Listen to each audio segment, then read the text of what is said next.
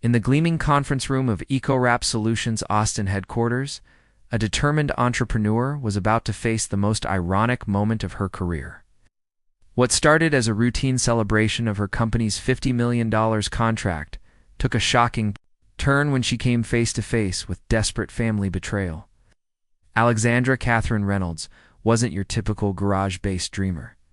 For 3 years, she had spent her life building revolutionary biodegradable packaging technology from scratch, known for her unwavering commitment to environmental innovation despite relentless family skepticism. When she encountered her unemployed brother Benjamin crashing her moment of triumph, she had no idea she was walking into the ultimate test of forgiveness versus vindication. Alexandra's response that would lead to a decision that could either heal their fractured relationship or destroy it forever. What began as a worthless startup, dismissed by conventional wisdom, would become a transformative force in sustainable manufacturing. The corporate world would never be the same after the sister, who was told she'd never succeed, proved that some dreams are worth more than the people who dismiss them. Before we jump back in, tell us where you're tuning in from, and if this story touches you, make sure you're subscribed, because tomorrow I've saved something extra special for you. Alexandra Catherine Reynolds pulled her battered Honda Civic into the familiar driveway of her mother's house, the engine making that concerning rattling sound that had been getting worse for weeks. She couldn't afford to fix it. Hell, she could barely afford the gas to get here. The November Austin air carried the scent of barbecue smoke and fallen leaves as she sat for a moment, gathering herself. Through the living room window, she could see the warm glow of family gathered around Margaret's dining table. Her brother Benjamin's BMW was parked precisely in the center of the driveway, as if claiming territory. Even his car looked successful. Alexandra's hands were stained with the chemical residue from her morning's work. She'd been up since 4 a.m., running tests on her latest biodegradable coating formula in the converted garage laboratory that had become her world. The prototype packaging samples were promising, but promising didn't pay bills or silence family skepticism. She grabbed the small potted plant from her passenger seat, her contribution to dinner. It's grown in compost made from her own packaging experiments. At least it was something. There she is, Margaret Reynolds called out as Alexandra entered, her mother's voice carrying that particular blend of affection and concern that had become familiar over the past 3 years. "We were wondering when you'd make it." The extended family looked up from their places around the table. It's Aunt Carol with her perfectly styled hair, Uncle Jim already loosening his belt, Cousin Sarah bouncing her new baby, and Benjamin, seated at the head of the table like he belonged there, his Wharton MBA confidence radiating from every gesture. "Sorry I'm late," Alexandra said, accepting hugs and finding her designated spot, the one empty chair naturally positioned, so she'd have to look directly at Benjamin throughout the meal. "I was finishing up some tests this morning. Still playing in your garage?" Benjamin asked, his tone carrying that familiar mix of amusement and condescension. He'd just returned from closing what he'd called the biggest deal of the quarter. For Reynolds, industrial and success clung to him like expensive cologne. "I'm not playing, Ben. I'm building something, right? EcoWrap Solutions." He gestured with his wine glass, the good wine, Alexandra noted, not the cheap stuff she'd learned to live on. "How's that working out for you?" The question hung in the air like smoke. Everyone at the table knew the answer. Alexandra's checking account had $37. She'd been living on ramen and determination for months, pouring every penny into materials and equipment. Her prototype lab looked like a chemistry set explosion, but it was her chemistry set explosion. "It's a process," she said carefully. "A process." Benjamin leaned back in his chair, and Alexandra could see him preparing for what he considered helpful brother advice. "Alex, I know you want to save the world, but there's a reason traditional packaging works. It's cheap, it's efficient, and it gets the job done. You're trying to solve a problem that doesn't need solving." "Doesn't need solving?" The words came out sharper than Alexandra intended. "Ben, do you have any idea how much packaging waste ends up in landfills every year? How much plastic is choking our oceans? That's not our problem to solve. Then whose problem is it?" Benjamin's expression shifted, taking on the patient look he used when explaining business realities to people who didn't understand how the world worked. Look, I get it. You care about the environment. That's admirable. But caring doesn't pay rent. It doesn't build companies. You've been at this for 3 years, and what do you have to show for it? The table had gone quiet. Even baby Sarah seemed to sense the tension, her babbling fading to watchful silence. I have prototypes that could revolutionize prototypes. Benjamin's laugh was soft but cutting. Alex, I love you, but you're living in a fantasy. You're trying to build a business around feel-good environmentalism in a world that runs on profit margins. That's not how this works. Alexandra felt the familiar tightness in her chest, the weight of everyone's expectations pressing down like a physical force. This was the moment she always dreaded, when Benjamin's success highlighted her apparent failure. But then she remembered something, a memory from 7 years ago, during her internship at a packaging facility outside Houston. She'd been assigned to audit waste management processes, a boring task that was supposed to teach her about supply chain efficiency. Instead, she'd discovered something that changed everything. The facility processed packaging for a dozen major retailers. And Alexandra had watched, horrified, as truckload after truckload of non-recyclable materials headed for the landfill. Hundreds of tons of packaging that would take centuries to decompose, all because it was cheaper to destroy than to innovate. She'd stood in that warehouse, surrounded by the detritus of consumer culture, and felt something click into place. Not just outrage, but purpose. The kind of purpose that made 80-hour days feel like a calling rather than a burden. You think it's worthless? She said quietly, looking directly at Benjamin. What I'm building? You think it's naive idealism? From someone who doesn't understand how business works? I think you're brilliant, Benjamin said, and his tone was gentler now. But I also think you're wasting your talents on something that can't work in the real world. There's a reason. No one else is doing what you're trying to do. Maybe that's exactly why someone needs to do it. Margaret cleared her throat, her diplomat's instincts kicking in. Why don't we talk about something else, Benjamin? Tell us about your promotion. But Alexandra wasn't ready to let it go. 3 years of doubt and criticism had built up like pressure in a sealed container, and Benjamin's casual dismissal had cracked something open. Want to know what I have to show for 3 years of work? She asked, her voice steady, despite the tremor in her hands. I have a coating formula that makes packaging completely biodegradable within 90 days.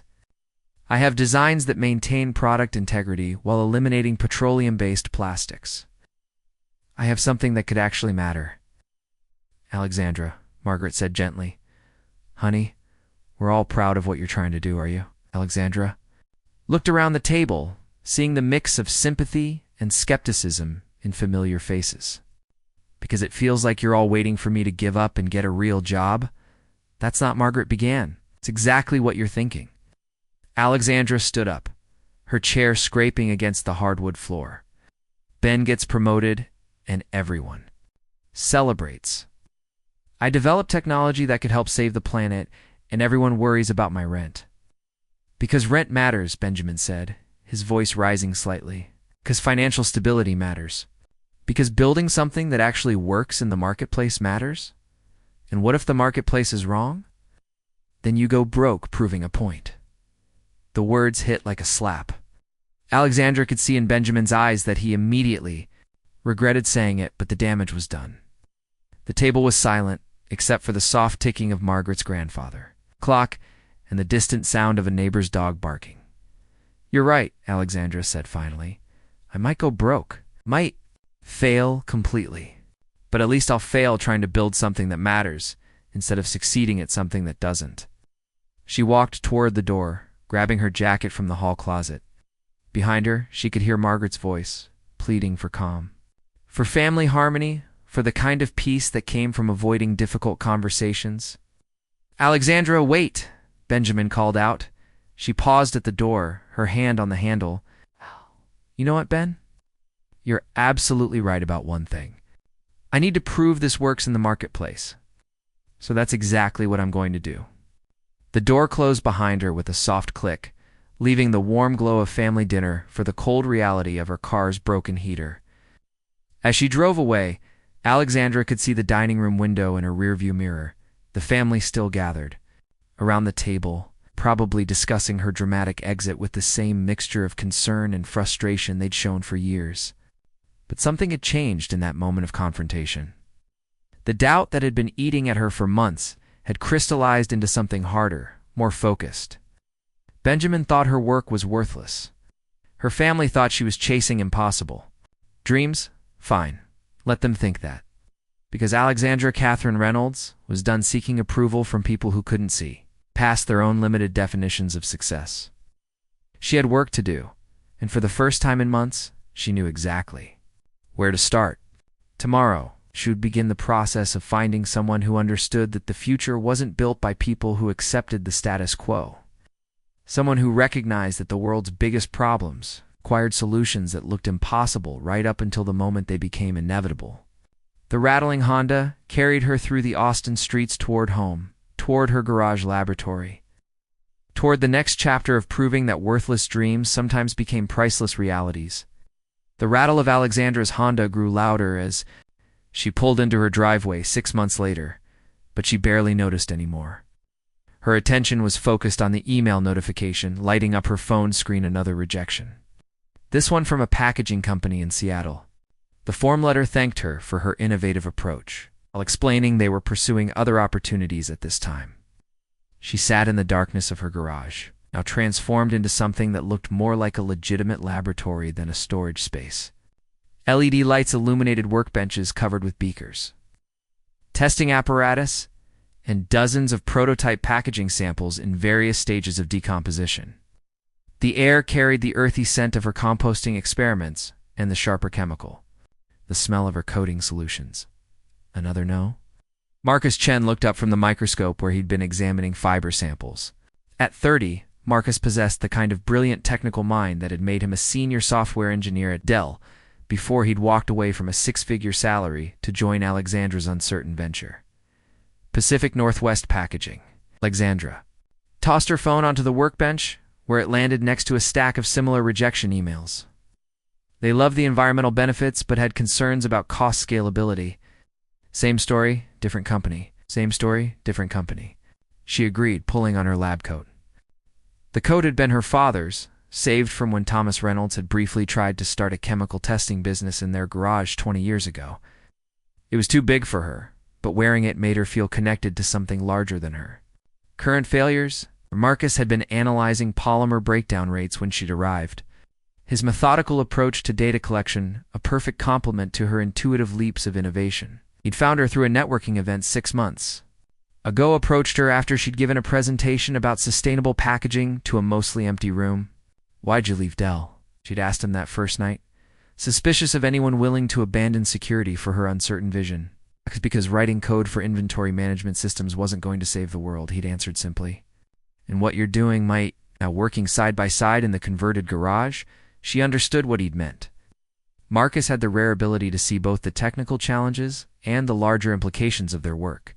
When she got discouraged by rejections, he reminded her that every breakthrough technology had faced similar skepticism. When she got too caught up in the vision, he grounded her in the practical realities of manufacturing and distribution.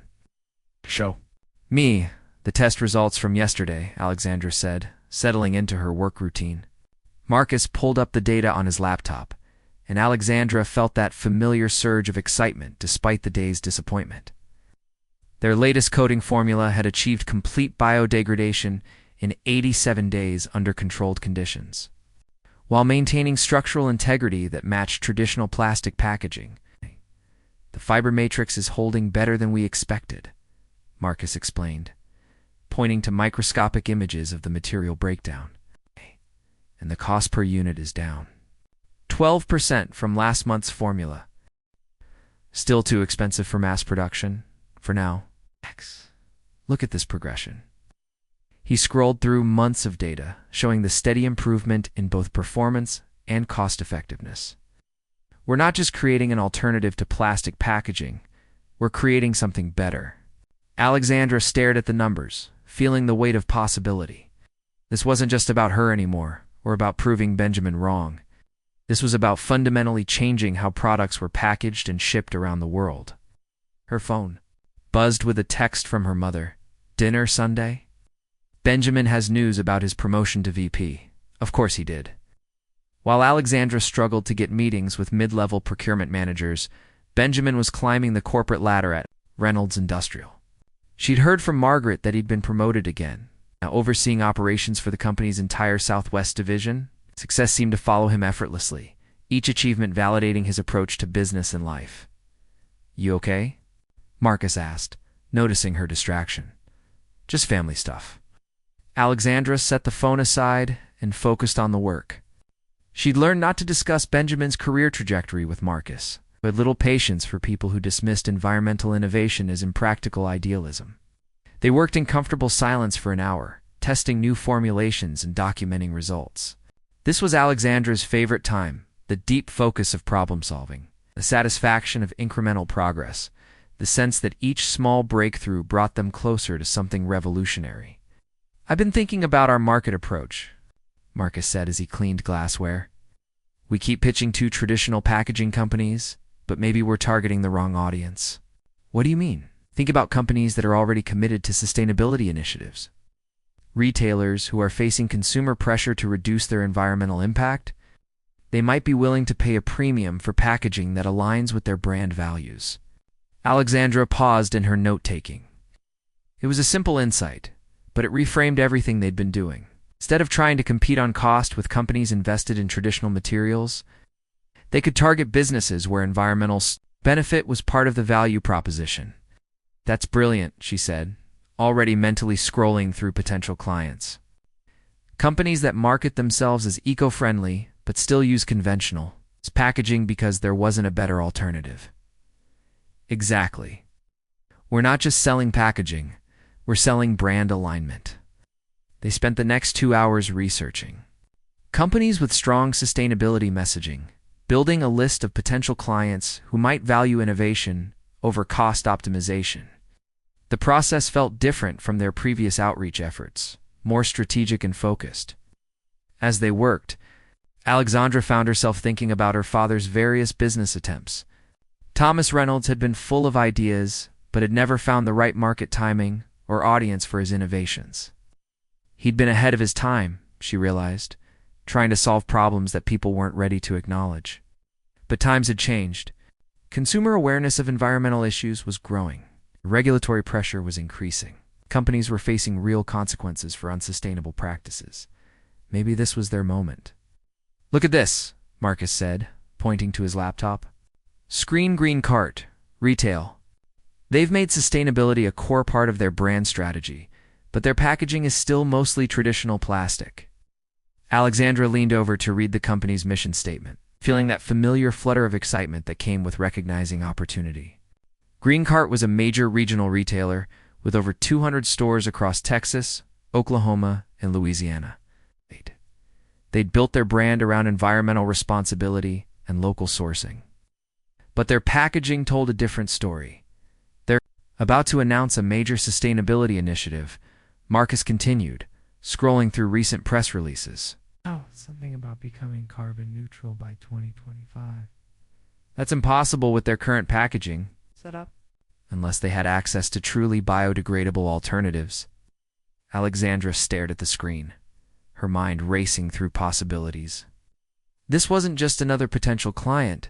This was exactly the kind of company that might understand the value of what they were building.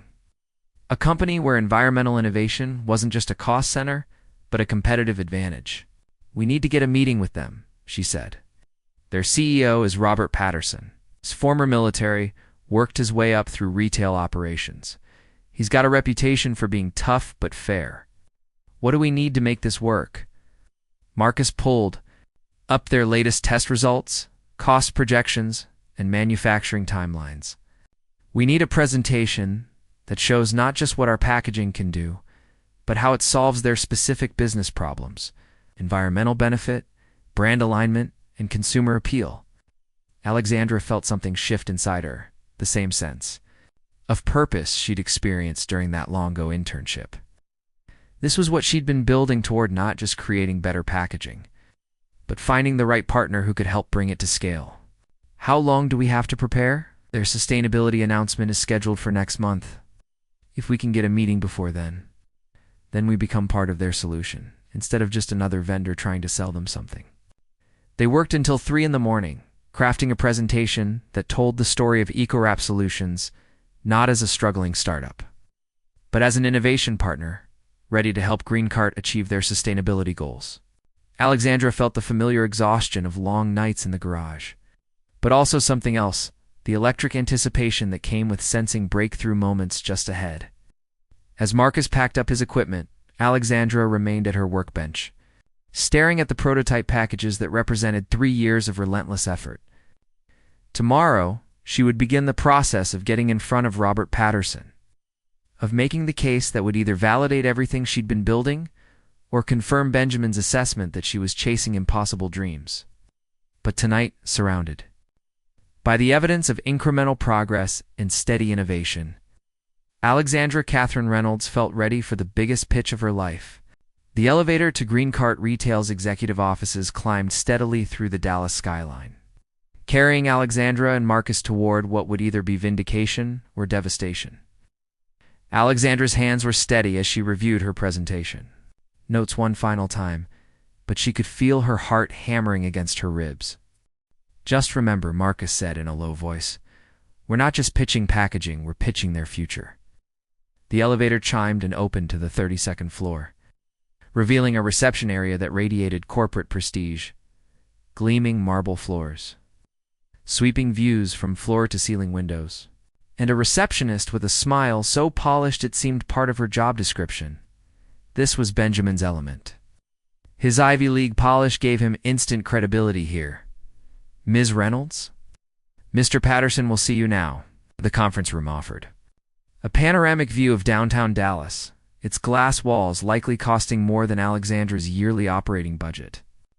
At the head of a sleek oak table stood Robert Patterson, accompanied by 3 other high-ranking executives, their demeanor signaling that this was no casual meeting. Patterson matched Marcus's research profile, perfectly disciplined posture, sharp silver hair, and eyes that missed nothing. At 52, he had steered GreenCart from a local grocery brand to a major player in sustainable retail by leaning into strategy and efficiency. "Ms. Reynolds, Mr. Chen, appreciate you coming," he said, offering a firm, deliberate handshake. "I hear you have a potential solution for our sustainability push." "We do," Alexandra replied as she connected her laptop to the room's display. Her hands were steady, thankfully. "But before we get into specs, I want to show you something first." She brought up a photo. A dumpster behind a GreenCart store, spilling over with packaging trash.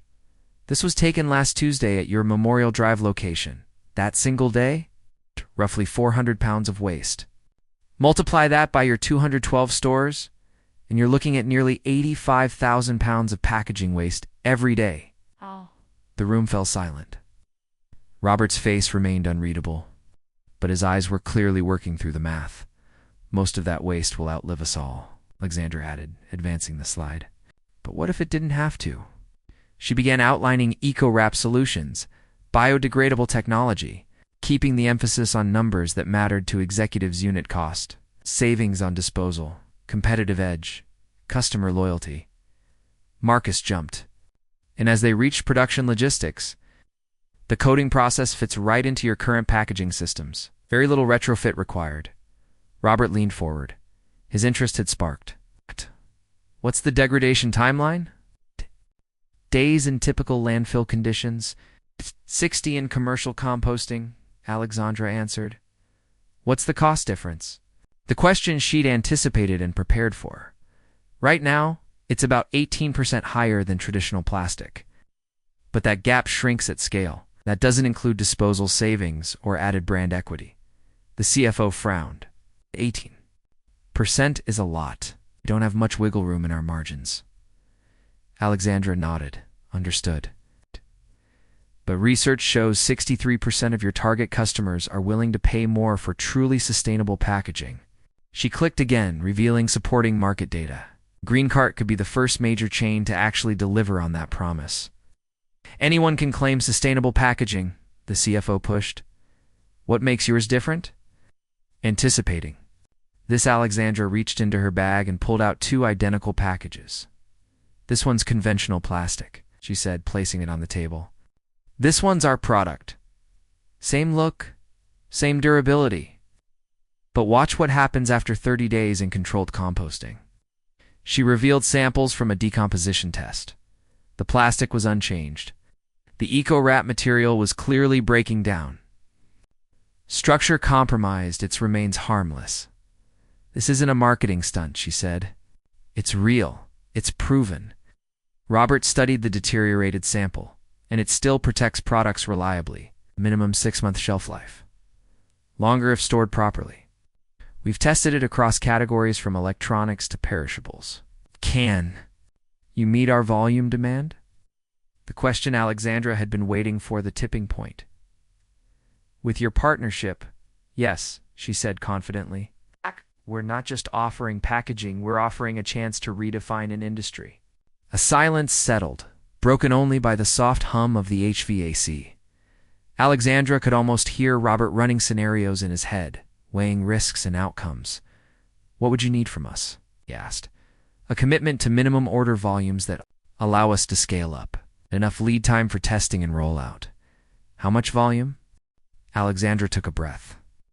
This was the number that would either launch them into a new category of business or end the conversation entirely. 50 million units annually for the first 3 years. The CFO's eyebrows rose. That's our entire packaging budget for dry goods. That's the point, Alexandra said. This isn't about replacing a small percentage of your packaging. This is about fundamentally changing how Green Cart packages products. Robert was quiet for a long moment, his gaze moving between the decomposing samples and the financial projections on the screen. Ms. Reynolds, what you're proposing is essentially asking us to bet Green Cart's sustainability initiative on technology. That's never been proven at scale. I'm asking you to bet on technology that could make Green Cart the first truly sustainable major retailer in America.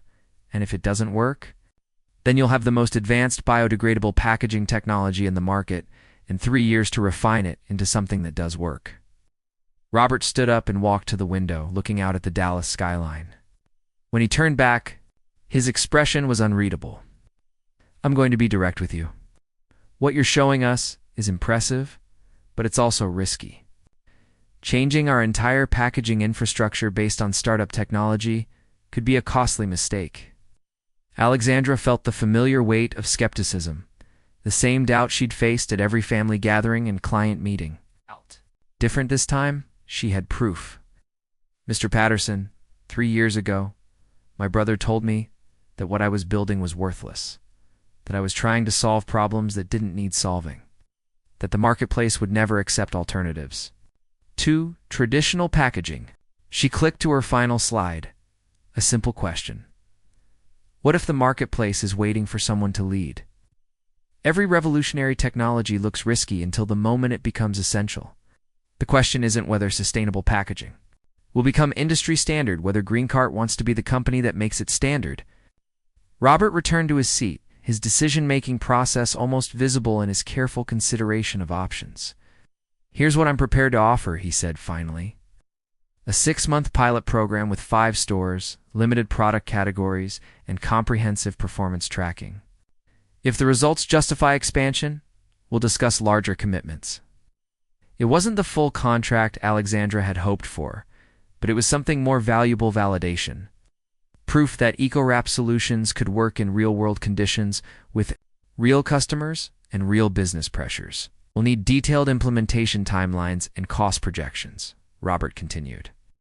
And I want to be clear, this is contingent on your technology performing exactly as promised. Any failure in product integrity or consumer acceptance, and we're back to conventional packaging. Understood, Alexandra said, extending her hand. Thank you for taking this chance. I'm not taking a chance, Ms. Reynolds. I'm making an investment in what I hope will be the future of retail packaging. As they gathered their materials and prepared to leave, Alexandra felt something she hadn't experienced in 3 years of rejections and skepticism. the electric anticipation of possibility becoming reality. The elevator descended through 32 floors of corporate success, carrying them back to ground level and toward the next phase of building something that might actually change the world.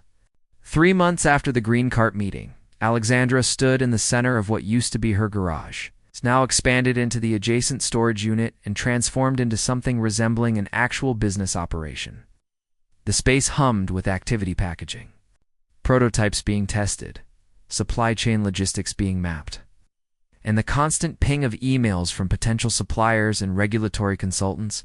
The pilot program with Green Cart had been approved, but the path from prototype to production had revealed challenges that made her earlier struggles seem manageable by comparison.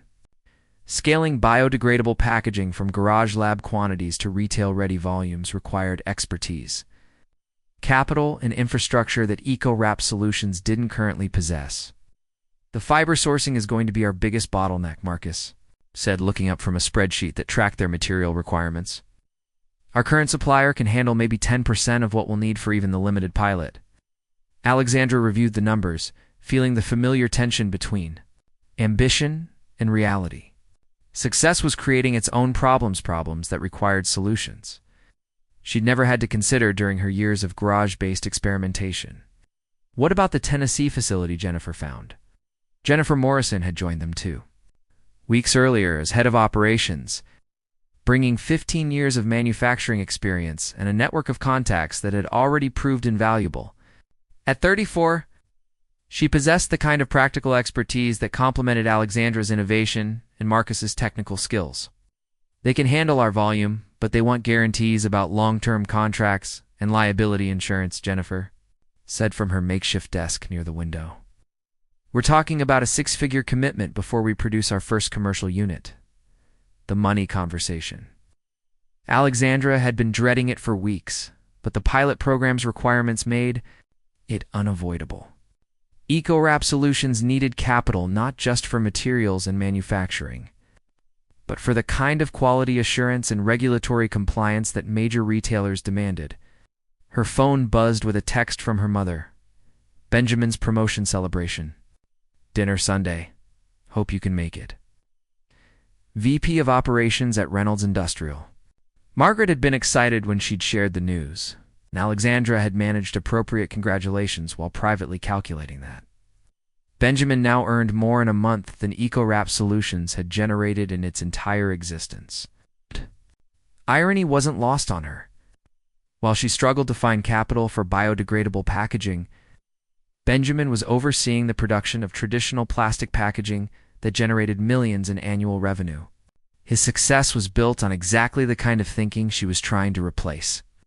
"We need to talk about funding," Jennifer said, apparently reading her thoughts.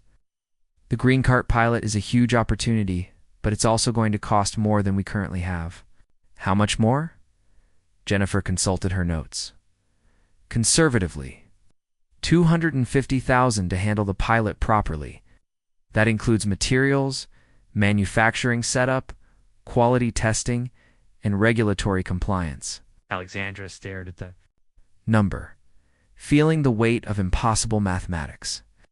Her personal savings were gone, invested in equipment and prototypes. Marcus had contributed what he could from his Dell severance package. It bootstrapped EcoWrap Solutions as far as individual resources would allow. "We need investors," Marcus said simply. The word hung in the air like a challenge. Investors meant giving up control, sharing ownership of something she'd built from scratch in her father's oversized lab coat. But investors also meant the resources to turn potential into reality. "I know someone we should meet," Jennifer said. "Victoria Sterling from Pinnacle Ventures. She specializes in sustainable technology companies."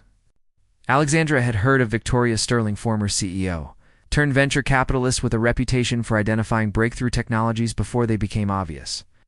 She was also known for being demanding, thorough, and unforgiving of entrepreneurs who couldn't execute on their promises.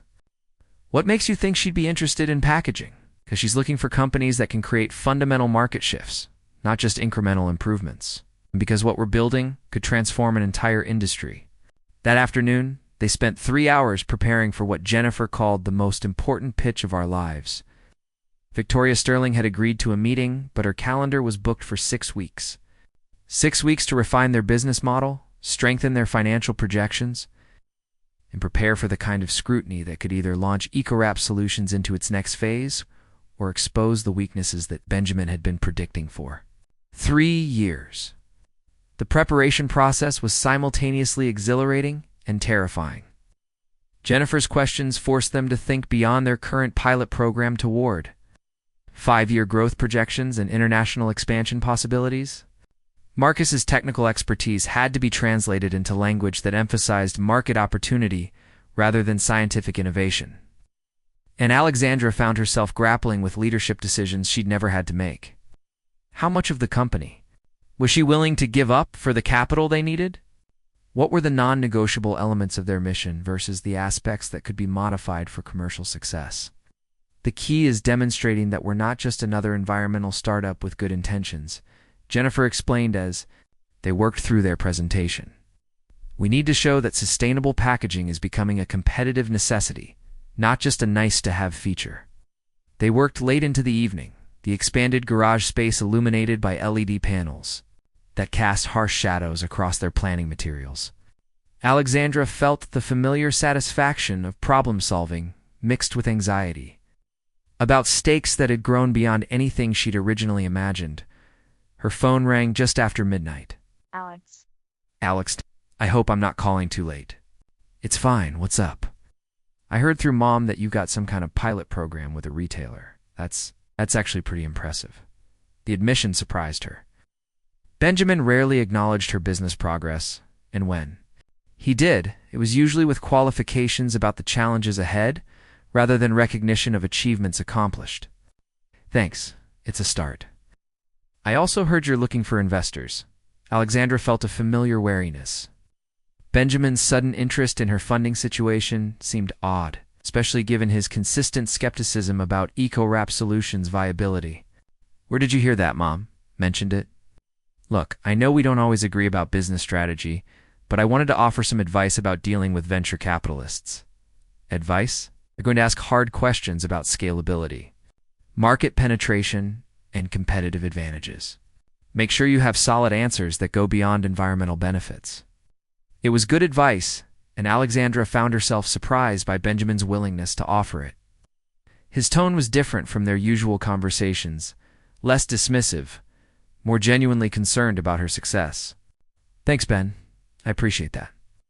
Alex, I want you to know that even when I've been skeptical about your approach, I've never doubted your capability. You're brilliant, and you work harder than anyone I know. The conversation ended with an awkwardness that suggested both siblings were navigating unfamiliar territory, Benjamin offering support rather than criticism, Alexandra accepting help rather than defending her choices. After hanging up, Alexandra returned to the presentation materials spread across her workbench. The pilot program with Green Cart was just the beginning. Victoria Sterling's investment could provide the resources to scale beyond regional retail, into national markets, international opportunities, and applications they hadn't yet imagined. But first, they had to prove that EcoWrap Solutions was more than just a garage-based experiment. They had to demonstrate that sustainable packaging wasn't wishful thinking, but inevitable evolution. Alexandra looked around the converted garage. That had become her world for 3 years. Soon, this space would be too small for what they were building. The thought was both exciting and terrifying. Success that would require leaving behind the familiar intimacy of startup operations for the complexities of actual business management. 6 weeks to prepare for the meeting that would determine whether EcoWrap Solutions became a case study in sustainable innovation or a cautionary tale about entrepreneurs who couldn't execute on their vision. Alexandra Catherine Reynolds had spent 3 years proving that biodegradable packaging was possible. Now she had 6 weeks to prove it was profitable. Victoria Sterling's office occupied the corner of a gleaming downtown Austin building, its floor-to-ceiling windows offering views of the Colorado River and the construction cranes that marked the city's relentless growth. At 45, Victoria possessed the kind of presence that commanded immediate attention's silver-streaked hair, sharp gray eyes, and the confident bearing of someone who'd built and sold 2 companies before transitioning into venture capital. Alexandra sat across from her, acutely aware that everything EcoWrap Solutions had built was about to be dissected by someone who'd seen hundreds of promising startups fail for reasons their founders never saw coming. Your pilot program with Green Cart is impressive, Victoria said, reviewing the materials they'd submitted 2 weeks earlier. But pilot programs are proof of concept, not proof of business viability. Walk me through how you scale this. For the next hour, Victoria asked questions that revealed gaps in Alexandra's thinking she hadn't known existed. Manufacturing partnerships, intellectual property protection, competitive response scenarios, international regulatory compliance layers of complexity that success would require, but that garage-based operations had never addressed. Your biodegradable coating technology is genuinely innovative, Victoria continued, but innovation alone doesn't create sustainable businesses. I need to understand how you maintain competitive advantage when larger companies inevitably try to replicate what you're doing. Alexandra had prepared for this question, but Victoria's version cut deeper than expected. We have patent applications pending on our core processes, and we're building relationships with suppliers that would be difficult for competitors to replicate quickly. Patent applications are pending. Supplier relationships are developing. Competitive advantages are theoretical. Victoria's tone wasn't dismissive, but it was precise.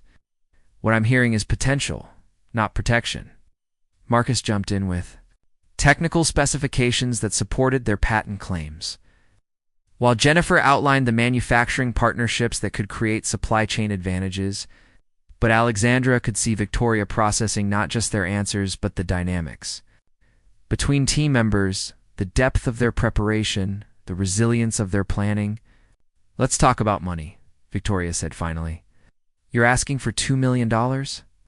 That's not just capital for your current operations. It's betting that you can execute on expansion plans that require capabilities you don't currently possess. $2 million. The number represented everything Alexandra had been building toward, and everything she feared losing control of. Victoria's investment would come with conditions, expectations, and oversight that would fundamentally change how EcoWrap Solutions operated. What we're offering, Alexandra said carefully, is the opportunity to lead a market transformation that's going to happen with or without us. The question is whether you want to invest in the company that makes it happen or watch from the sidelines. As someone else does. Victoria smiled for the first time during the meeting. That's a good answer, but confidence isn't execution. Show me your plan for handling the challenges that will emerge when you're producing 10 million units instead of 10,000. The conversation continued for another hour, covering everything from quality control systems to crisis management protocols. Victoria's questions revealed both the opportunities and risks that came with scaling sustainable technology in established markets, dominated by entrenched competitors. Here's what I'm prepared to offer, Victoria said finally. $1.8 million for 35% equity, with staged funding based on performance milestones. The first tranche covers your current expansion plans. Subsequent funding depends on meeting specific targets for production volume, cost reduction, and market penetration. 35%. More than Alexandra had hoped to give up, but access to the capital that could transform EcoWrap Solutions from startup to industry player. I need to discuss this with my team, Alexandra said. Of course, but understand that this offer expires in 72 hours. The sustainable packaging market is attracting attention from multiple investors, and window for first-mover advantage won't stay open indefinitely. That evening, Alexandra, Marcus, and Jennifer sat in their expanded garage space, grappling with a decision that would determine the future of everything they'd built. The investment terms were generous, but demanding financial targets that would require flawless execution in market performance that left no room for the kind of experimentation that had characterized their early development. 35% is manageable, Jennifer said, reviewing the term sheet. And the staged funding structure protects everyone us from overcommitment, them from underperformance. But it also means we're accountable to investor expectations. Instead of just our own vision, Marcus pointed out, success becomes defined by their metrics, not our mission. Alexandra understood both perspectives. Victoria's investment would provide resources they desperately needed, but it would also introduce pressures and constraints that could compromise the very innovation that made EcoWrap Solutions valuable. Her phone buzzed with news that made the decision even more complex. Benjamin had been laid off from Reynolds Industrial. Budget cuts related to regulatory compliance costs, Margaret explained when Alexandra called back. The company is restructuring to deal with new environmental regulations, and Benjamin's division was eliminated. The irony was overwhelming. While Alexandra negotiated with investors about scaling sustainable packaging technology, Benjamin was losing his job because traditional packaging companies couldn't adapt to environmental pressures. How is he handling it? Not well. He's been the successful one for so long that he doesn't know how to process failure. He keeps saying it's temporary, that he'll find something better, but I can see how shaken he is. Alexandra felt an unexpected mix of emotions: vindication, that environmental regulations were indeed changing the industry; sympathy for her brother's situation, and uncertainty about what Benjamin's career crisis meant for their relationship. The next morning brought a call from Victoria Sterling with updated terms. "I've been thinking about our conversation," Victoria said. "Your green cart pilot is promising, but I want to see performance data before committing to full funding. Here's my revised offer, $1 million now for 25% equity. With options for additional investment based on pilot results, it was a better deal from an ownership perspective, but less capital up front. Alexandra would have to prove EcoWrap Solutions could execute before accessing the resources that execution required. What kind of performance metrics are you looking for? Successful completion of the green cart pilot with customer satisfaction scores above 85%, production costs within 10% of projections, and evidence of scalability to additional retail partners." Alexandra discussed the revised terms with Marcus and Jennifer, weighing reduced capital against retained control. The modified agreement felt more aligned with their capabilities while still providing the foundation for growth. "It's still a gamble," Jennifer pointed out. "If we don't hit those metrics, we're back to bootstrap funding with a much smaller runway. But if we do hit them, we prove our model works and negotiate the next round from a position of strength," Marcus added. That afternoon, Alexandra called Victoria Sterling with their decision. "We accept your revised terms." "Excellent. I'll have the paperwork prepared." "Alexandra, I want you to understand that this investment isn't just about money, it's about partnership. I've seen too many promising technologies fail because their founders couldn't navigate the transition from innovation to implementation. My job is to help you avoid those mistakes." Investment documents arrived within hours. Dense legal language that formalized the transformation of EcoWrap Solutions from garage experiment to venture-backed business. Alexandra signed them in the same space where she'd spent 3 years developing biodegradable coating formulations, surrounded by the equipment and prototypes that had brought her to this moment. Victoria Sterling's investment wasn't just capital, it was validation that sustainable packaging represented genuine market opportunity rather than idealistic fantasy. But it was also pressure to perform at levels that would test every assumption about their technology, their team, and their ability to execute under scrutiny. As Alexandra filed the signed agreements, she thought about Benjamin's unexpected unemployment and the industry changes that were reshaping traditional manufacturing. Environmental regulations were forcing companies to adapt or face consequences, creating opportunities for innovations like EcoWrap Solutions, while eliminating positions like Benjamin's. The investment was a gamble, but it was a gamble that the future would reward sustainability over tradition, innovation over established practice, and vision over conventional wisdom. Alexandra Catherine Reynolds had spent 3 years proving that biodegradable packaging was possible. Now she had Victoria Sterling's money and expectations to prove it was inevitable. 8 months after Victoria Sterling's investment, Alexandra stood in the center of EcoWrap Solutions' new headquarters, a 15,000 square foot facility in Austin's emerging tech corridor, complete with state-of-the-art laboratories, manufacturing, equipment, and office space for the 37 employees who now comprised her team. The transformation from garage startup to legitimate business was visible in every detail. From the reception area's living wall of plants to the conference rooms named after pioneering environmental scientists, the green cart pilot had exceeded every performance metric Victoria had established. Customer satisfaction scores averaged 92%. Production costs came in 8% under projections. And 3 additional retail chains had requested proposals for similar packaging transitions. EcoWrap Solutions was no longer trying to prove its concept, it was managing the challenges of success. The Austin Business Journal wants to schedule a photo shoot for their cover story, Jennifer said, reviewing the morning's media requests, and Channel 8 News is asking for an interview about sustainable business practices. Local media attention had been building since Green Cart's public announcement that their packaging transition had eliminated over 2 million pounds of plastic waste annually. Alexandra found herself in the unfamiliar position of being recognized as a success story rather than defending her choices against skepticism.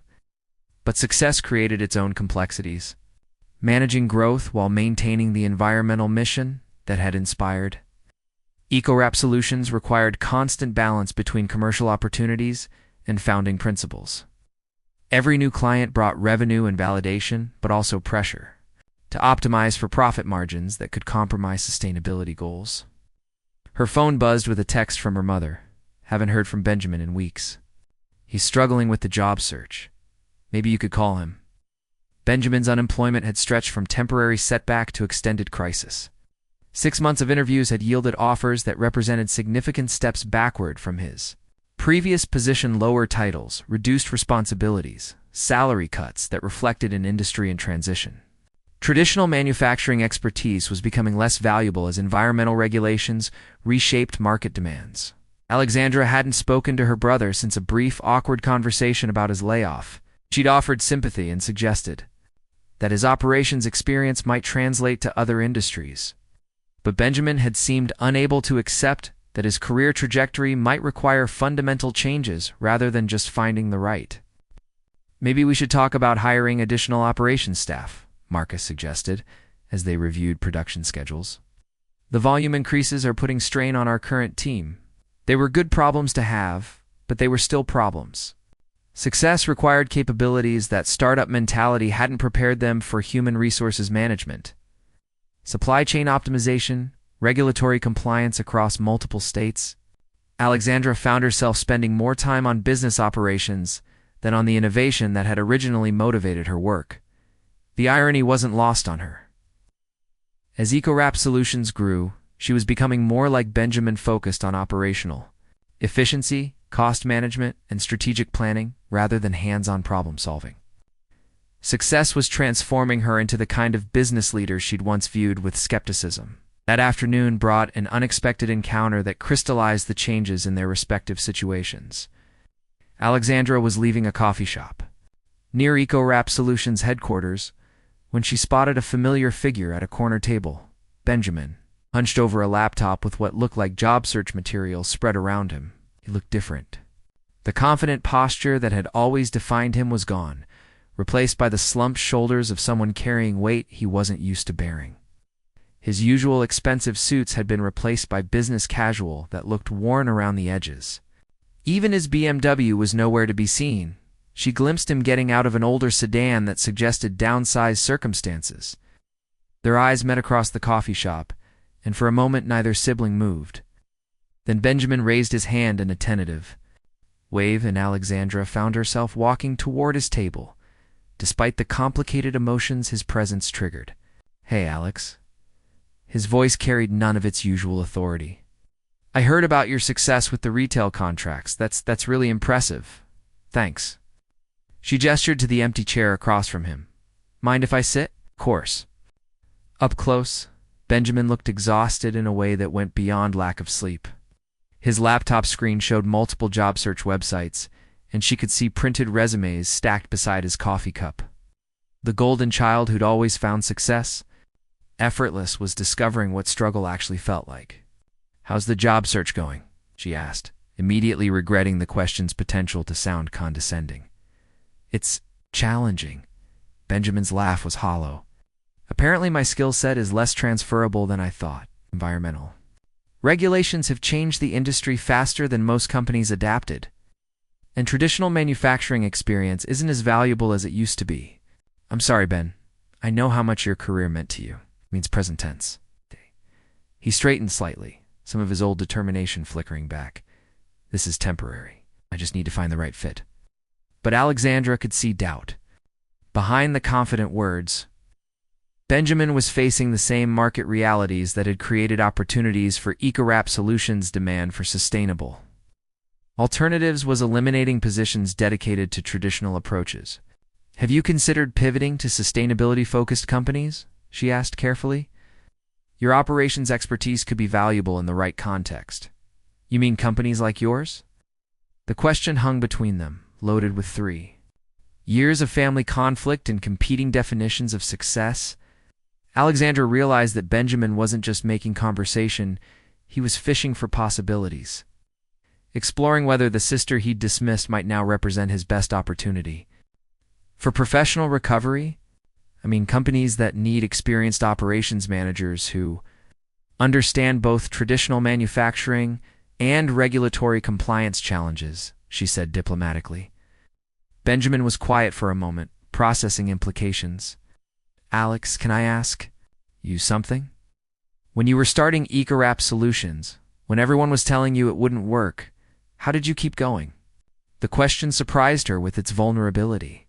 Benjamin had never asked for her perspective on anything, certainly not about perseverance through uncertainty. I kept going because I believed the work mattered more than the obstacles. And because proving everyone wrong felt better than giving up. Even when the obstacles felt impossible, especially then? Benjamin nodded slowly, staring into his coffee cup. I used to think success was about finding the right path and following it efficiently. Get the right education, join the right company, make the right moves up the corporate ladder. But what happens when that path disappears? Alexandra felt an unexpected surge of empathy for her brother. His entire identity had been built on conventional achievement markers that were no longer reliable predictors of career success. Environmental changes were forcing professionals like Benjamin to either adapt or become obsolete. Maybe success isn't about following paths, she said. Maybe it's about creating them when the ones you're on don't lead where you need to go, like what you did with EcoWrap Solutions, like what I'm still doing. Success isn't a destination, but it's a process of continuous adaptation. They talked for another 20 minutes, their conversation more honest than any they'd had since childhood. Benjamin acknowledged that his dismissal of her environmental focus had been short-sighted, while Alexandra admitted that his business acumen might have helped her avoid some of the scaling challenges she'd faced. Why I should let you get back to work, Benjamin said finally, gathering his job search materials. I'm sure running a successful company keeps you busy. Ben, wait. Alexandra made a decision that surprised even her. EcoWrap Solutions is growing fast, and we need experienced operations management. If you're interested in sustainability work, maybe we should talk. Benjamin's expression shifted through surprise, hope, and uncertainty. Are you offering me a job? I'm suggesting a conversation about whether your skills could contribute to what we're building. It would be different from your previous work, mission-driven, rather than purely profit-focused. But it might be exactly the kind of challenge you need.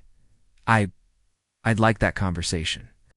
They exchanged contact information with the awkwardness of siblings navigating unfamiliar territory. As Benjamin walked toward his older sedan, Alexandra realized that success had given her something she'd never expected. The power to extend the same kind of opportunity she'd once desperately needed. Driving back to EcoWrap Solutions headquarters, she thought about the reversal of their positions. A year ago, Benjamin had been the successful executive offering unsolicited advice about market realities. Now he was the unemployed professional, hoping for opportunities from the sister whose worthless startup had become a recognized industry player. But more than role reversal, their coffee shop conversation had revealed something deeper. The possibility that family relationships could evolve beyond historical patterns when circumstances forced both parties to see each other differently. Alexandra Catherine Reynolds had spent 3 years proving that her vision was valuable. She faced a different challenge, deciding whether success meant rising above past dismissals or using her position to help the brother who'd never believed in her vision but might finally be ready to contribute to it. The conversation with Benjamin would either heal their relationship or complicate it in ways she couldn't predict. But for the first time since that disastrous Thanksgiving dinner, Alexandra felt hopeful that their story might have a different ending than either sibling had originally imagined. The ballroom at Austin's Four Seasons Hotel buzzed with the energy of success being celebrated properly. EcoWrap Solutions' official contract signing with Green Cart Retail had drawn an impressive crowd of investors, environmental advocates, local politicians, and business leaders who recognized the significance of a $50 million commitment to sustainable packaging. Alexandra moved through the reception wearing confidence like a perfectly tailored suit. The past year had transformed her from garage-based dreamer to recognized industry innovator, and she'd learned to inhabit success with the kind of presence that commanded respect rather than skepticism. "This represents more than just a business partnership," Robert Patterson said during his remarks to the assembled crowd. Green Cart's collaboration with EcoWrap Solutions demonstrates that environmental responsibility and commercial viability aren't opposing forces, they're competitive necessities. The applause was genuine, reflecting recognition that sustainable packaging had evolved from niche market to industry standard. Alexandra had positioned EcoWrap Solutions at the center of that transformation, creating technology that other companies would now struggle to match. Victoria Sterling approached as the formal presentations concluded, her expression reflecting satisfaction with an investment that was exceeding even optimistic projections. "The inquiries from other retailers have been remarkable," Victoria said. "We've got preliminary discussions with 3 national chains and 2 international companies. EcoWrap Solutions is becoming the industry leader faster than anyone projected." Alexandra surveyed the room, noting the faces that represented validation she'd never dared hope for 3 years earlier. Environmental scientists who'd endorsed her technology, business leaders who'd committed significant resources to her vision, media representatives documenting the emergence of sustainable packaging as mainstream rather than alternative. But success felt different than she'd imagined. The vindication was satisfying, but it was also isolating. The garage-based intimacy of startup operations had been replaced by corporate responsibilities that required different skills and created different pressures. "Alexandra?" Jennifer appeared at her elbow, her expression uncertain. "There's someone here who wants to speak with you. It's complicated." Jennifer's tone suggested the kind of complication that could disrupt an otherwise perfect evening. Alexandra followed her gaze toward the ballroom's entrance, where Benjamin stood awkwardly near the registration table, clearly out of place among the celebration's invited guests. He looked like someone who'd dressed carefully for an occasion he wasn't sure he belonged at. His suit was pressed, but showed signs of extended wear, and his posture carried the uncertain energy of someone asking for something he'd never had to request before. "How did he get in?" Alexandra asked. "He told security he was your brother and needed to speak with you about urgent family business.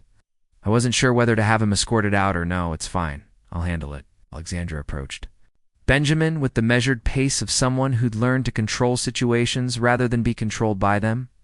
The power dynamic between them had completely reversed.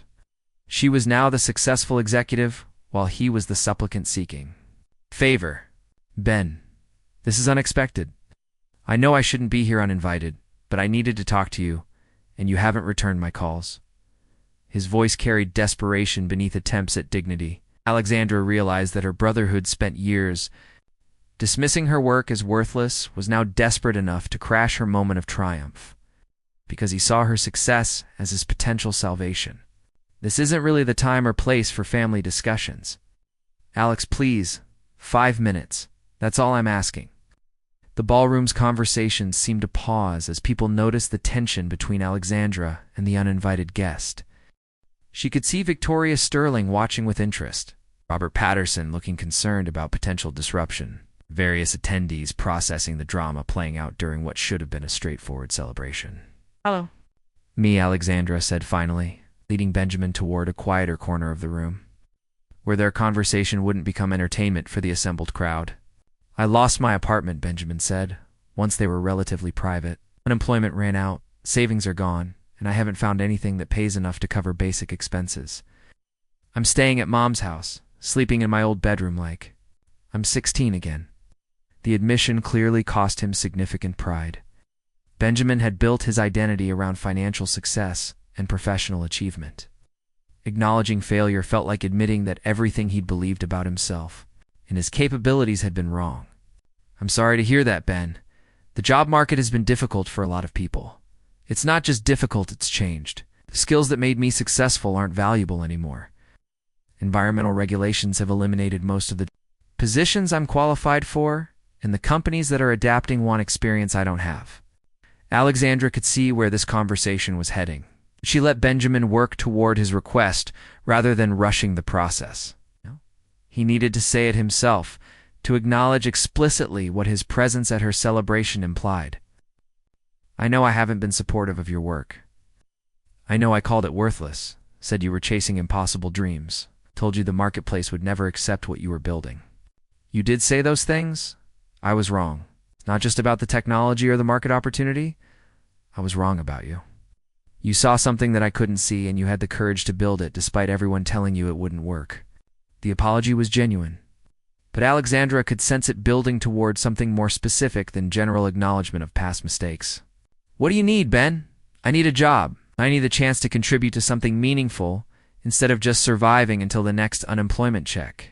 And I think I could help EcoWrap Solutions in ways that might justify taking a chance on me. Oh. There it was. Benjamin Thomas Reynolds, who'd spent 3 years mocking his sister's worthless startup, was now asking to join the company he'd dismissed as naive idealism. The irony was almost overwhelming. It's the brother who'd represented everything wrong. With conventional business thinking, was now desperate enough to seek employment from the company that represented everything he'd previously criticized. Ben, this is my moment. This celebration is about EcoWrap Solutions' success, not about your employment situation. I know that. And I know how this looks, the unsuccessful brother crashing his sister's triumph to ask for help. But Alex, I'm not just asking for charity. I'm asking for the chance to earn a place on a team that's actually changing the world. Alexandra looked around the ballroom, noting the faces that represented her journey from dismissed dreamer to recognized innovator. Victoria Sterling was still watching their conversation, probably assessing whether family drama would complicate her investment. Robert Patterson looked ready to intervene if the situation became disruptive. This isn't the time for this conversation, she said finally. Then when? You haven't returned my calls. You haven't responded to my emails. Alex, I know I don't deserve consideration after how I treated your work, but I'm asking anyway because I don't have anywhere else to turn. The desperation in his voice was unmistakable. Benjamin had reached the point where pride became less important than survival, where asking his sister for help felt better than continuing to struggle alone. We'll talk, Alexandra said. Not tonight, but we'll talk. I need to think about what's best for EcoWrap Solutions, not just what's easiest for family relationships. Thank you. That's all I'm asking for consideration. Benjamin left the ballroom as awkwardly as he'd entered, his exit creating the kind of scene that would be remembered and discussed long after the evening ended. Alexandra returned to the celebration, but her triumph felt complicated by the weight of decisions she now faced. Everything all right? Victoria Sterling asked when Alexandra rejoined the main reception. Family complications? Nothing that affects business operations. Family and business rarely stay separate, especially in growing companies. Whatever you decide about your brother, make sure it serves EcoWrap Solutions' interests first. The evening continued with congratulations, networking, opportunities, and discussions about future partnerships.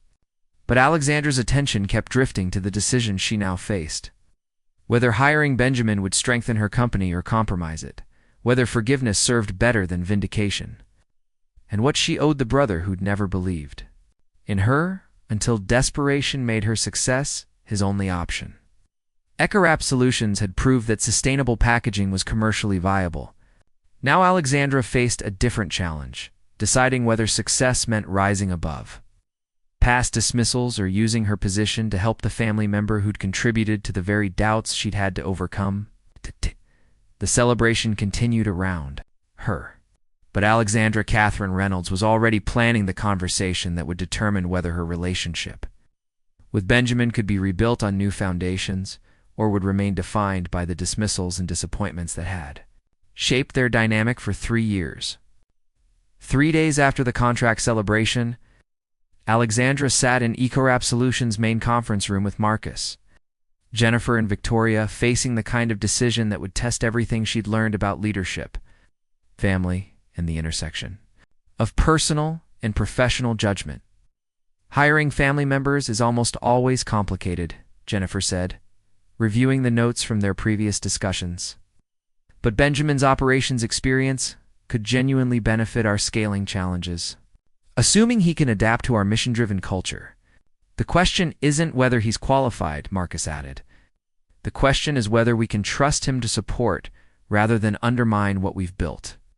Victoria Sterling leaned back in her chair, her expression thoughtful.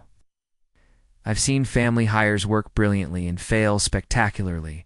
The difference usually comes down to whether the relationship enhances or compromises professional judgment. Alexandra had spent 72 hours analyzing Benjamin's potential contribution from every angle she could imagine. His manufacturing expertise was genuinely valuable. His understanding of regulatory compliance could help EcoWrap Solutions navigate challenges they hadn't yet encountered. His operations experience addressed specific gaps in their leadership team. But hiring him also meant working daily with someone who'd spent 3 years dismissing her vision as worthless. Managing the brother who'd never believed in her capabilities until his own success disappeared. What does your gut tell you? Victoria asked. My gut tells me that Benjamin is desperate enough to work harder than he's ever worked in his life. That might make him exactly the kind of employee we need for our next growth phase. In your head. My head tells me that family dynamics could complicate everything we've accomplished if we're not careful about boundaries and expectations. Jennifer pulled up Benjamin's resume on her laptop, reviewing his career progression and accomplishments. His track record is impressive. 7 years at Reynolds Industrial, consistent promotions, experience managing teams of up to 40 people. If we can channel that expertise towards sustainable manufacturing, it could accelerate our production efficiency significantly. But can we trust him to embrace the environmental mission that drives everything we do? Marcus asked. This isn't just about hiring someone with relevant skills, it's about maintaining the culture that makes EcoWrap Solutions different from traditional manufacturing companies. Alexandra had been wrestling with exactly that question. Benjamin's interest in joining EcoWrap Solutions was motivated by necessity rather than conviction. Would someone driven by desperation rather than passion be capable of the kind of commitment their mission required? There's only one way to find out, she said finally. We make the conversation about mutual benefit rather than family obligation. He gets an opportunity to contribute to something meaningful. We get experienced operations management. And everyone understands that this is about business performance, not family relationships. Victoria nodded approvingly. What kind of position are you considering? Director of Manufacturing Operations, reporting directly to me? With clear performance metrics and a 6-month probationary period? If he can demonstrate that he's committed to our mission and capable of managing our expansion challenges, he becomes permanent. If not, we part ways professionally. And the family implications? We manage them by keeping family conversations separate from business decisions. Benjamin either contributes to EcoWrap Solutions' success or he doesn't. Family relationships don't change performance standards. That evening, Alexandra drove to her mother's house for the conversation that would determine whether Benjamin joined her team or remained unemployed. Margaret had prepared dinner with the nervous energy of someone hoping for family reconciliation but fearing additional conflict. Benjamin was waiting in the living room, dressed in the same carefully maintained business attire that suggested he was treating this as a formal interview rather than a family discussion. The desperation that had driven him to crash her celebration was still visible, but it was tempered by something that looked like genuine humility. "Thank you for considering this," he said, as they settled around Margaret's dining table. "I know how difficult it must be to separate business judgment from our family history." "It is difficult," Alexandra agreed, "but I'm willing to have This conversation because EcoWrap Solutions needs experienced operations management, and you need meaningful work. The question is whether we can make that mutual need work for everyone involved. What would you need from me?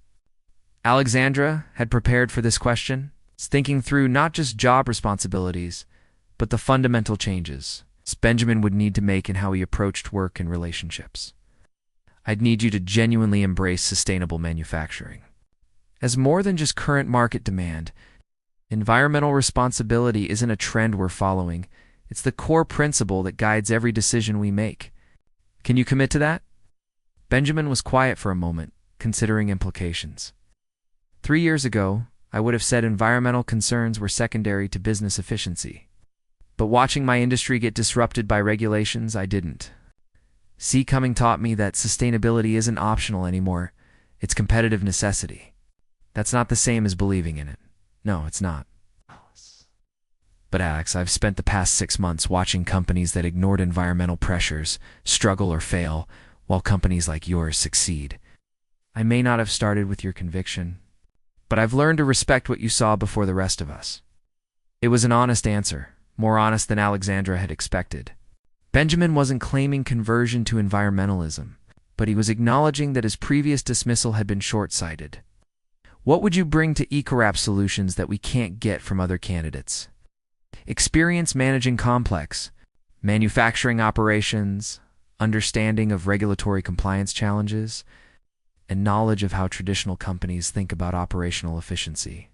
Plus, I've seen what happens when businesses resist necessary changes instead of leading them. Margaret had remained quiet during their exchange, but Alexandra could see her relief that the conversation was staying professional rather than devolving into family grievances. Ben, I want to be completely clear about something. If you join EcoWrap Solutions, you'd be my employee, not my brother. Performance standards, accountability, and decision-making authority would all flow through. Business relationships, not family ones. I understand that. And honestly, I think I need that kind of clarity. Family dynamics have complicated our ability to see each other's capabilities clearly. Alexandra outlined the position she was considering: Director of Manufacturing Operations, with responsibility for scaling production efficiency, managing supplier relationships, and ensuring quality control standards. The salary was competitive, but not generous, reflecting both EcoWrap Solutions' growth stage and Benjamin's employment situation. 6-month probationary period, she continued. Clear performance metrics, regular evaluation, and mutual understanding that family relationships don't guarantee job security. What are the performance metrics? Production efficiency improvements, cost reduction targets, quality control standards, and team integration assessments.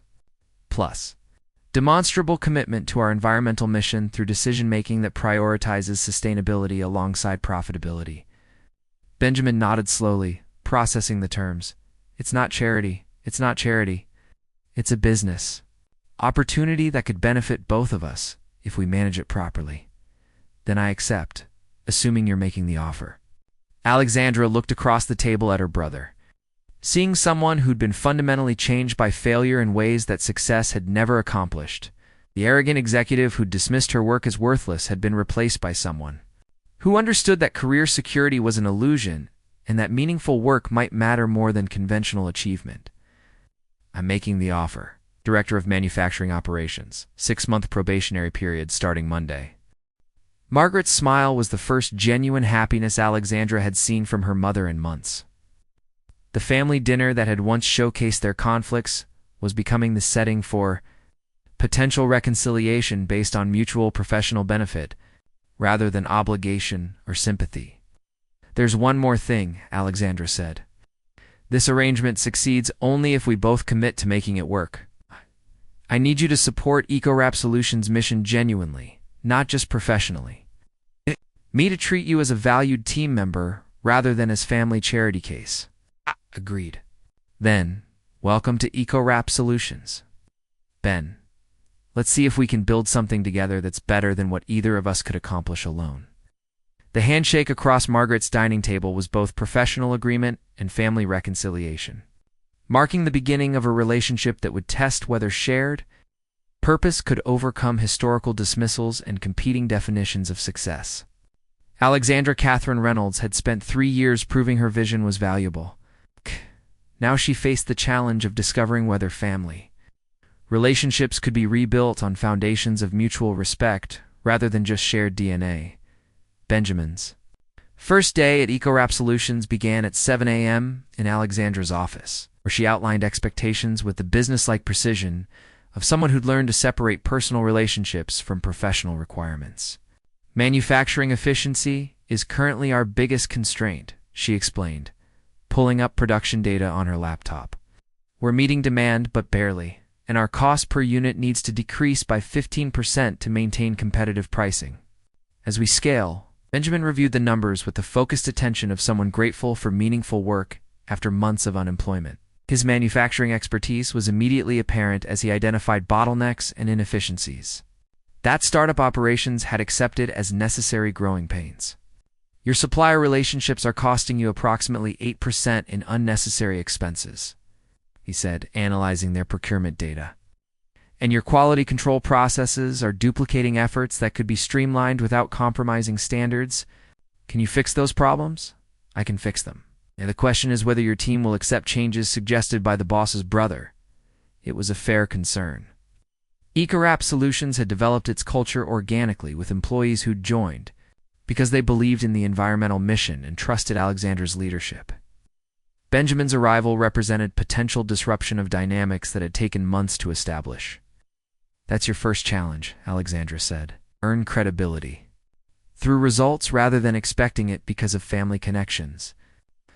The morning continued with introductions to key team members, facility tours, and briefings on current production challenges. Alexandra watched carefully as Benjamin interacted with employees, noting how he balanced authority with deference, demonstrating respect for the culture he was joining rather than attempting to impose changes immediately. Marcus was cautiously welcoming, professional, but reserved in ways that suggested he was waiting to see whether Benjamin would support or undermine the collaborative environment they'd built. Jennifer was more directly evaluative, asking pointed questions about Benjamin's commitment to sustainable manufacturing principles. Environmental responsibility isn't just marketing for us, Jennifer explained during Benjamin's HR orientation. It's the fundamental value that guides every operational decision. Can you work within that framework? I'm here to learn how to work within it, Benjamin replied. I spent 7 years optimizing for cost efficiency without considering environmental impact. I want to understand how to optimize for both. By noon, Benjamin had identified 3 specific areas where operational improvements could reduce costs while enhancing sustainability. Supplier consolidation that would decrease shipping emissions, production scheduling that would minimize energy consumption, and quality control modifications that would reduce material waste. These changes could improve our margins by 12% within 60 days, he told Alexandra during their lunch meeting. But they require coordination across departments and some initial investment in process modifications. What kind of investment? Benjamin outlined implementation costs that were significant but manageable, with projected returns that would justify the expense within 4 months. His analysis was thorough, demonstrating both technical competence and understanding of EcoWrap Solutions, financial constraints. Make it happen, Alexandra said. The afternoon brought Benjamin's first real test of team integration. A production crisis emerged when their primary supplier experienced quality control problems that threatened to delay fulfillment of 2 major orders. The situation required immediate problem-solving and coordination across multiple departments. Benjamin took charge with the confident efficiency that had made him successful at Reynolds Industrial. But he adapted his leadership style to EcoWrap Solutions' collaborative culture. Instead of issuing directives, he facilitated discussions that allowed team members to contribute expertise while maintaining focus on solutions. We can source replacement materials from our backup supplier, suggested Maria, the production coordinator. But it means accepting higher costs for this batch. What if we modified the production schedule to accommodate delayed materials while maintaining delivery commitments? Benjamin asked, thinking through logistics. We could use the delay to implement quality improvements that would prevent similar problems in future orders. The solution required complex coordination, but it addressed both immediate crisis management and long-term operational improvement. More importantly, it demonstrated Benjamin's ability to think systemically about problems while respecting the input of team members who understood EcoWrap Solutions' specific challenges. That actually works, Marcus admitted, reviewing Benjamin's proposed schedule modifications. It's better than just throwing money at the problem. The crisis was resolved by evening, with minimal impact on customer relationships and implementation of processes that would prevent similar disruptions. Alexandra watched the resolution process with satisfaction, noting how Benjamin had contributed expertise while respecting established team dynamics. "Good first day," she told him as they prepared to leave the office. "Thank you for the opportunity. This feels different from my previous work. More collaborative. I can see why people want to work here." "Different how?" Benjamin considered the question as they walked toward the parking lot. "At Reynolds Industrial, we optimize for shareholders and efficiency metrics. Here, you're optimizing for impact that extends beyond quarterly profits. It makes the work feel more significant." Even the salary is lower, and the job security is less certain, especially because of that. Success here means contributing to something that matters, rather than just maintaining something that already exists. The drive home gave Alexandra time to process the day's dynamics. Benjamin's integration had been smoother than she'd expected. But real tests would come as he moved from learning existing processes to suggesting changes that challenged established practices. That evening brought a call from Victoria Sterling. Checking on Benjamin's first day and Alexandra's assessment of how family dynamics might affect business operations. "He's competent and he's adapting well to our culture," Alexandra reported. "But it's only been one day. The real test will be whether he can maintain professional boundaries when disagreements arise." "How do you feel about supervising your brother?" "Surprisingly at ease. Seeing him as a colleague rather than family helps us both keep boundaries clear." "That's good. Family businesses thrive when roles are well-defined and performance not. Relationships drives accountability." After the call, Alexandra reflected on how much had shifted. For the first time, she and Benjamin were working toward a common goal, not competing visions of success. Their partnership was still new and unsteady, but built on professional respect rather than family obligation. While Benjamin's shift from skeptic to supportive employee was striking, Alexandra knew real change would be proven over time.